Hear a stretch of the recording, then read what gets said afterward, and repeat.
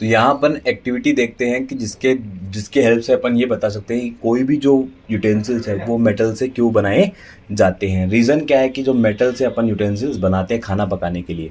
तो यहाँ पर अपन ने क्या लिया है, एल्यूमिनियम और कॉपर का एक वायर लिया है, उसको अपन ने एक क्लिप के हेल्प से यहाँ पर सेट कर दिया। स्टैंड पर अपन क्या करेंगे, इस वायर को क्लिप की हेल्प से या क्लैंप की हेल्प से अपन क्या कर देंगे, यहाँ पर स्टिक कर देंगे। तो अपन ने यहाँ पे क्या कर दिया, जो वायर है वो अपन ने यहाँ पे स्टिक कर दिया। उसके बाद अपन क्या करेंगे, fix a pin the free end of the wire using wax. अब यहाँ पर अपन क्या करेंगे, मोम लगाकर यहाँ पर एक आलपिन अपन लगा देंगे। मोम जो आपका मोम होता है ना, वैक्स जो होता है, उसकी हेल्प से यहाँ पर एक पिन लगा देंगे।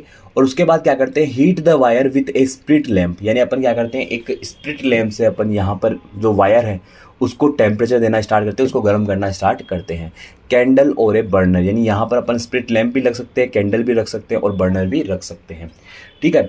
What do you observe after some time, कुछ देर बाद आप क्या नोटिस करते हो। तो देखिए स्टूडेंट, यहाँ पर आपको क्या होता है, जैसे ही आप बर्नर की हेल्प से यहाँ पर इसको हीट दोगे वायर को, कुछ देर बाद आप देखते हो कि यहाँ से जो ये पिन के पास जो वैक्स लगा था वो धीरे धीरे पिघलने लग जाता है। अब ऐसा क्यों हुआ, क्योंकि जो टेम्परेचर है, यानी जो मेटल्स होते हैं वो किसके कंडक्टर होते हैं बेटा, टेम्परेचर के कंडक्टर होते हैं। ठीक है। तो नेक्स्ट जो आपकी जो प्रॉपर्टी है वो यही है कि जो भी आपके मेटल होते हैं बेटा, मेटल जो होते हैं वो बेसिकली क्या होते हैं, वो कंडक्टर होते हैं। किसके कंडक्टर होते हैं, टेम्परेचर और इलेक्ट्रिसिटी के। तो इलेक्ट्रिसिटी और टेम्परेचर के कंडक्टर होने के कारण इनसे क्या बनाए जाते हैं, खाना पकाने के जो यूटेंसिल्स है वो तैयार किए जाते हैं। और इलेक्ट्रिसिटी के कंडक्टर होने के कारण इनसे क्या बनाए जाते हैं, इलेक्ट्रिक वायर बनाए जाते हैं। जो आपकी घरों के अंदर होते हैं ना इलेक्ट्रिक वायर जो होते हैं कॉपर, वो किसके बनाए जाते हैं, वो आपकी कॉपर के बनाए जाते हैं। The wire that carry current in your homes have a coating of polyvinyl chloride. तो देखिए याद रखना, ये काफ़ी इंपॉर्टेंट है, आपका एग्जाम में पूछा भी जा सकता है कि जो आपके घरों के अंदर जो वायर होते हैं उनके ऊपर जो प्लास्टिक की कोटिंग होती है वो किसकी होती है, वो होती है पीवीसी की। पीवीसी का पूरा नाम पॉलीवाइनिल क्लोराइड। और ये क्या होता है, रबर लाइक मटेरियल होता है basically. Why are electric wire coated with such substance. अब देखिए इलेक्ट्रिक वायर को इन प्लास्टिक का जो कवर है या पॉलीवाइनिल क्लोराइड है उससे कवर्ड क्यों किया जाता है, रीजन क्या है, क्योंकि जो आपके इलेक्ट्रिक वायर होते हैं वो इलेक्ट्रिसिटी के कंडक्टर होते हैं। तो उस करंट से अपन को बचाने के लिए, करंट से अपने आप को प्रोटेक्ट करने के लिए अपन क्या करते हैं, उसके ऊपर एक इंसुलेटर की लेयर अपन उस वायर के ऊपर लगा देते हैं ताकि अपन को करंट ना लगे। यहाँ पर जो पहला पॉइंट आता है आपका कि what happen when metal are burned in air. अब देखिए ये स्टूडेंट अपन क्या पढ़ रहे हैं, ये अपन पढ़ रहे हैं मेटल और नॉन मेटल की केमिकल प्रॉपर्टीज। क्या पढ़ रहे हैं अपन, इनकी केमिकल प्रॉपर्टीज। तो देखिए क्या होगा जब आप क्या करते हो, किसी मेटल को किससे रिएक्ट करवा दोगे, एयर से, यानी कि ऑक्सीजन से रिएक्ट करवा दोगे, तो क्या इफेक्ट पड़ेगा।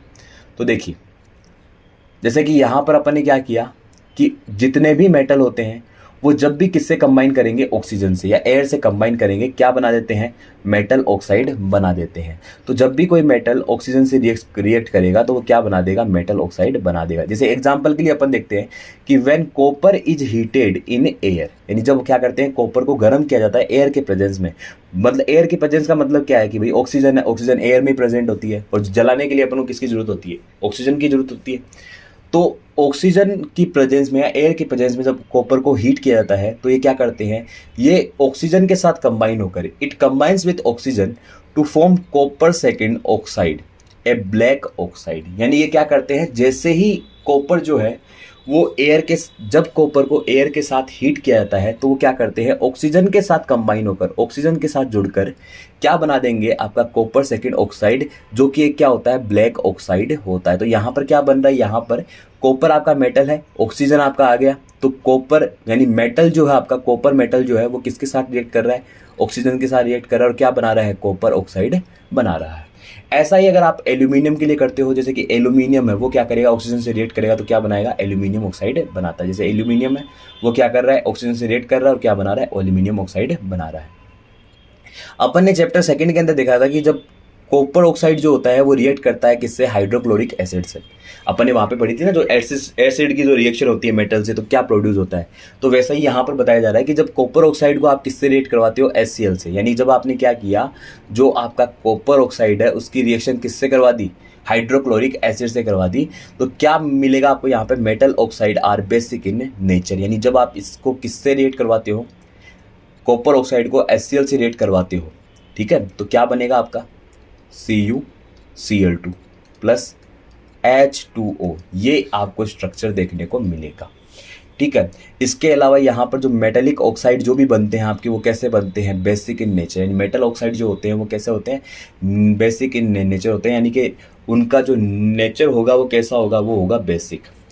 इसके अलावा कुछ जो मेटल होते हैं, कुछ मेटल ऑक्साइड जो होते हैं, जैसे कि आपका एल्यूमिनियम ऑक्साइड है, जिंक ऑक्साइड है, ये आपके एसिडिक भी शो करते हैं और इसके साथ बेसिक बिहेवियर भी शो करते हैं। तो बेटा याद रखना कि जो एल्यूमिनियम ऑक्साइड है, ठीक है, एल्यूमिनियम ऑक्साइड और आपका जिंक ऑक्साइड, ये दोनों क्या करते हैं, आपका एसिडिक नेचर भी आपका शो करेंगे और बेसिक नेचर भी शो करेंगे। काफ़ी इंपॉर्टेंट लाइन है आपकी, इसको अच्छे से देखना। तो such metal oxide which react with both acid as well as bases to produce salt and water are known as amphoteric oxide.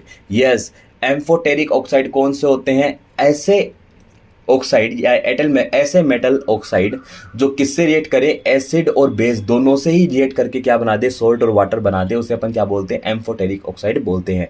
और इसका एग्जांपल क्या है, एक तो है एल्यूमिनियम ऑक्साइड और एक क्या है आपका जिंक ऑक्साइड। ये दोनों ही क्या होते हैं, एम्फोटेरिक ऑक्साइड होते हैं। यानी ये जब एल्यूमिनियम ऑक्साइड क्या करेगा, एसिड से रिएक्ट कर देगा, तो ये क्या बना देगा, ये सॉल्ट और वाटर बना देगा और इनको अपन क्या बोलते हैं, एम्फोटेरिक ऑक्साइड बोलते हैं। जैसे कि यहाँ पर देखो Al2O3 यानी कि एल्यूमिनियम ऑक्साइड है, वो क्या कर रहा है, हाइड्रोक्लोरिक एसिड से रिएक्ट कर रहा है, क्या बना रहा है, यहाँ पे क्या बनेगा आपका 2AlCl3, यानी कि यहाँ पर क्या बन गया, एल्यूमिनियम क्लोराइड बन गया। तो ये क्या बना रहा है, ये आपका सोल्ट बना रहा है और इसके साथ क्या बना रहा है, आपका वाटर बना रहा है। तो यहाँ पर ये जो है, ये आपका ऑक्साइड कौन सा होगा, एम्फोटेरिक ऑक्साइड होता है। इसके अलावा अगर बात करें, एल्यूमिनियम ऑक्साइड किससे रिएक्ट करता है, सोडियम हाइड्रोक्साइड, यानी दोनों से रिएक्ट कर सकता है। ये तो हो गया आपका बेस और ये हो गया आपका एसिड। तो जब बेस से रिएक्ट करेगा तो क्या बनाएगा, आपका सोडियम एल्यूमिनेट बनाता है और साथ में क्या बनाता है, वाटर बनाता है। तो ये क्या करते हैं, जो एम्फोटेरिक ऑक्साइड होते हैं वो दोनों ही किसके साथ मिलकर, एसिड और बेस के साथ मिलकर क्या बनाते हैं, सॉल्ट एंड वाटर का फॉर्मेशन करते हैं और इनको अपन क्या बोलते हैं, एम्फोटेरिक ऑक्साइड बोलते हैं, ठीक है। अब इसके बाद अगर बात करें अपन कि all metal do not react with oxygen at the same rate, यानी जितने भी जो मेटल है वो ऐसा नहीं कि सभी सिमिलर रेट से क्या करेंगे react, different metal show different reactivities toward oxygen, यानी कि जितने भी जो डिफरेंट मेटल होते हैं उनकी ऑक्सीजन के साथ रिएक्शन जो होती है वो अलग अलग तरीके से होती है। Metal such as potassium and sodium react so vigorously that they catch fire if kept in the open, यानी जैसे अगर आप क्या करोगे, पोटेशियम और सोडियम को अगर आपने ऐसे ही खुला रख दिया, किसके अंदर, ऑक्सीजन के अंदर या एयर के अंदर ऐसे ही खुला छोड़ दिया, तो वो जल्दी ही क्या पकड़ लेंगे, फायर पकड़ लेंगे, क्योंकि इनकी रिएक्टिविटी बहुत ज़्यादा होती है। इसके साथ hence to protect them and to prevent accidentally fire they are kept immerse to in kerosene oil. याद रखना बेटा कि जो आपके सोडियम और पोटेशियम उनको केरोसिन ऑयल के अंदर क्यों रखा जाता है, क्योंकि ये हाईली रिएक्टिव होते हैं, ये जल्दी ही क्या करते हैं, ऑक्सीजन के साथ रिएक्शन कर जाते हैं, इसलिए इनको किसके अंदर रखा जाता है, केरोसिन के अंदर। अब इनको केरोसिन के अंदर क्यों रखा जाता है, उनको वाटर के अंदर क्यों नहीं रख सकते, क्योंकि ये वाटर के साथ भी क्या कर सकते हैं, वाटर के साथ भी ये विस्फोटक जो रिएक्शन है वो यहाँ पर देते हैं, इसलिए इनको केरोसिन ऑयल में रखा जाता है। At ordinary temperature the surface of metal such as magnesium, aluminium, zinc, lead are covered with a thin layer of oxide, यानी किसी ऑप्टिमम टेम्परेचर पे क्या होता है, जो आपके मेटल होते हैं, यानी जैसे कि मैग्नीशियम, एल्यूमिनियम, जिंक और लेड, ये एक इनके ऊपर एक थीन लेयर, ऑक्साइड की एक थीन लेयर यहाँ पर प्रिपेयर हो जाती है। यानी कि क्या करते हैं, जब मैग्नीशियम को आपको खुला, मैग्नीशियम को आप अगर ऑक्सीजन की प्रेजेंस में मैग्नीशियम को अगर आप खुला छोड़ दोगे तो ये ऑक्सीजन के साथ रिएक्ट करके क्या बना देगा, मैग्नीशियम ऑक्साइड, जो क्या करती है, मैग्नीशियम के ऊपर एक ऑक्साइड की लेयर बना देती है। The protective oxide layer prevent the metal from further oxidation, यानी ये क्या करती है, ये जो लेयर जो ऊपर बनती है ऑक्साइड की, वो क्या करती है, इसको फर्दर ऑक्सीडेशन से बचाती है। Iron does not burn on heating but iron filling burn vigorously when sprinkled in the flame of the burner. Copper does not burn, copper कभी जलता नहीं, लेकिन hot metal is coated with a black colour layer of copper oxide, यानी copper जो होता है वो जलता नहीं है, लेकिन फिर भी अपन क्या कहते हैं, जो गर्म जो हॉट मेटल होते हैं उनको अपन क्या करते हैं, उनकी कवरिंग करते हैं, किसके द्वारा, कॉपर ऑक्साइड के द्वारा उनकी कवरिंग करते हैं। इसके अलावा silver and gold do not react with oxygen even at high temperature, जो सिल्वर और गोल्ड होते हैं वो क्या करते हैं, हाई टेम्परेचर पर ऑक्सीजन से रिएक्ट नहीं करते हैं। एनोडाइजिंग, अब देखिए ये थोड़ा सा इंपॉर्टेंट है, इसको अच्छे से समझना। इसको anodizing is a process of forming a thick oxide layer of aluminium, aluminium develop a thin oxide layer when expose to air. यानी जो एनोडाइजिंग जो प्रोसेस होती है वो बेसिकली क्या होती है, ये एल्यूमिनियम की ऑक्साइड लेयर की फॉर्मेशन के लिए की जाती है। एल्यूमिनियम क्या करता है, एल्यूमिनियम जब भी एयर के प्रेजेंस में होगा तो वो क्या बना देता है, ऑक्साइड लेयर का फॉर्मेशन कर देता है। This aluminium oxide coat makes it resistant to further corrosion. और ये ऑक्साइड जो एल्यूमिनियम ऑक्साइड की लेयर है वो क्या करती है, फर्दर कोरोजन से उसको बचाती है। The resistant can be improved further by making the oxide layer thicker. और जितनी ज़्यादा ऑक्साइड लेयर थिक होगी, बड़ी होगी, मोटी होगी, उतना ही क्या होगा, उससे रेसिस्टेंट मिलेगा। ड्यूरिंग एनोडाइजिंग, यानी एनोडाइजिंग के दौरान a clean aluminium article is made the anode and is electrolysed with dilute sulphuric acid.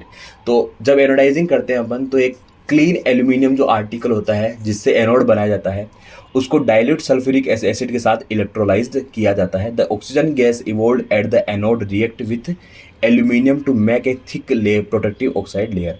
तो ऑक्सीजन जो गैस है वो यहाँ से इवोल्व होगी, कहाँ इवोल्व होगी, एनोड पर, और वो क्या करेगा, एल्यूमिनियम से रिएक्ट करके एक क्या बना देगा बेटा, एक प्रोटेक्टिव ऑक्साइड लेयर का फॉर्मेशन कर देगा। This oxide layer can be dyed easily to give aluminium article an attractive finish. और जब क्या होता है, इस ऑक्साइड लेयर को एल्यूमिनियम आर्टिकल्स पे डाई किया जाता है, यानी एल्यूमिनियम यूटेंसिल्स पे डाई किया जाता है, उस पर रंगा जाता है, तो क्या होता है, आपके जो एल्यूमिनियम के जो यूटेंसिल्स होते हैं वो काफ़ी ज़्यादा अट्रैक्टिव लगते हैं।